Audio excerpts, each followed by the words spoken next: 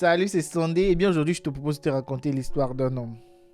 En 1938, cet homme n'était qu'un pauvre étudiant qui rêvait de créer un nouveau segment de piston qu'il souhaitait vendre à l'entreprise Toyota. Tous les jours, il allait suivre ses cours à l'université, puis passer la nuit à travailler sur la conception de son nouveau produit. Il investit le peu d'argent qu'il possédait dans la conception de celui-ci sans toutefois parvenir à le terminer. Alors il est même allé jusqu'à vendre les bijoux de sa femme pour pouvoir continuer. Après des années d'efforts, il parvint enfin à dessiner le type de segment de piston qu'il comptait vendre à Toyota. Mais lorsqu'il a présenté son produit à Toyota, la marque a totalement refusé de le lui acheter.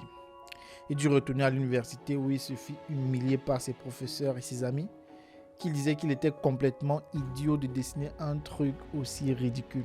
Malgré sa frustration et le fait qu'il soit totalement fauché après avoir dépensé tout son argent, il passa les 2 années suivantes à réfléchir aux moyens d'améliorer la conception de son segment de piston. Il connaissait la formule clé qui le mènerait vers la réussite, c'est-à-dire 1. Il décida ce qu'il voulait. 2. Il exécuta son plan d'action. 3. Il évaluait constamment ses progrès. 4. Il révisait ses méthodes à chaque fois qu'il se trouvait sur une fausse piste. Il sut faire preuve de souplesse. Il modifia ses stratégies pour surmonter les obstacles. Et finalement, au bout de 2 autres années, il réussit à peaufiner la conception de son segment de piston. Et cette fois, Toyota a pu le lui acheter. Mais l'histoire ne s'arrête pas là. Il se posait alors maintenant un autre problème. Il avait besoin de béton pour construire une usine où il pouvait fabriquer ses segments de piston. Mais tout le béton disponible avait été réquisitionné par le gouvernement japonais pour le compte de la Seconde Guerre mondiale. Une fois de plus, son rêve semblait en train de s'écouler. Personne ne semblait être en mesure de pouvoir l'aider. Mais cela ne le découragea pas. Il était fermement décidé à construire son usine.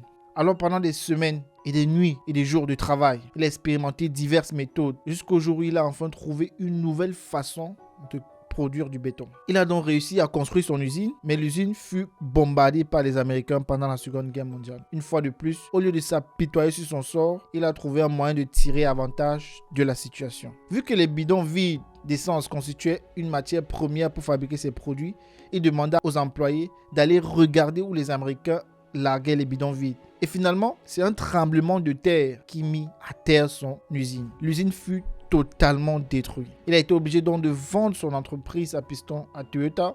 Mais Dieu ne ferme jamais une porte sans en ouvrir une autre, a-t-il certainement pensé. Et lorsque la guerre fut enfin terminée, le Japon était dans le chaos total.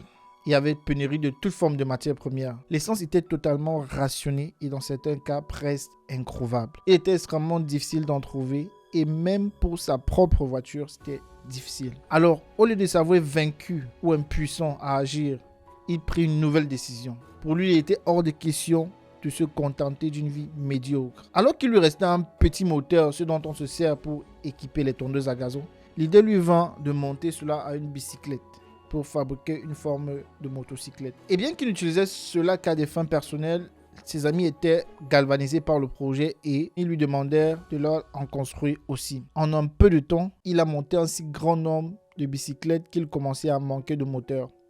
Il décida alors de construire une nouvelle usine pour fabriquer lui-même les moteurs. Mais malheureusement, il n'avait pas les moyens pour cela. Une idée lui vint à l'esprit, celle d'envoyer une lettre à tous les propriétaires de magasins de bicyclettes au Japon, dans laquelle il leur expliquait qu'il avait trouvé une solution pour remédier aux problèmes de transport au Japon. Qu'il avait découvert l'idée d'une motocyclette très économique et qu'elle permettrait aux Japonais de se déplacer facilement. Puis il leur a demandé d'investir dans son projet. Alors, sur les 18 000 lettres qu'il a envoyées, il reçut 3 000 réponses de magasins qui décidèrent de financer son projet. Il put alors fabriquer les premiers modèles. Vous pensez peut-être que le succès fut immédiat, n'est-ce pas? Eh bien, pas du tout. La moto était beaucoup trop grande et beaucoup trop lourde et la commercialisation fut un total échec. Au lieu de baisser les bras, il révisa à nouveau sa stratégie et décida d'épurer le modèle de ses motocyclettes et donc de construire de beaucoup plus légères et de plus petites dimensions. Il annonça ce nouvel modèle de Curb. Et ce sont celles-là qui eurent enfin un succès sur le marché. Et c'est ce succès-là qui lui valut d'être décoré par l'empereur du Japon. Et à l'heure actuelle, son entreprise est l'une des mieux cotées dans le monde. La société Honda, puisqu'il s'agit d'elle, compte aujourd'hui plus de 100 000 employés et vend plus de véhicules que tous ses concurrents, à l'exception de Toyota. Cet homme, c'est Soichiro Honda. Eh bien, Pourquoi est-ce que je vous raconte cette histoire? Parce que je suis convaincu du pouvoir qu'a la décision de changer radicalement votre vie. Alors, certaines personnes pensent que la décision, c'est juste le fait de se souhaiter quelque chose ou de vouloir que quelque chose se passe, de vouloir que les choses se passent. Eh bien non. La décision, c'est lorsque vous décidez enfin de passer à l'action, de faire les choses, coûte que coûte, contre vents et marées. Et c'est alors que les choses vont changer. C'est la seule chose capable de radicalement changer votre vie. Certainement, vous avez pris beaucoup de résolutions depuis le début de cette année. Mais où en êtes-vous aujourd'hui? Où en êtes-vous aujourd'hui? Combien de décisions avez-vous prises et à quel niveau vous vous trouvez dans votre marche? Alors, j'aimerais vous encourager comme ça à revoir ces décisions-là et à décider aujourd'hui, à l'instant présent, de passer à l'action. Alors, merci d'avoir regardé cette vidéo. N'oublie pas de t'abonner, d'activer la cloche de notification. Voilà, on se retrouve pour une nouvelle vidéo. Ciao.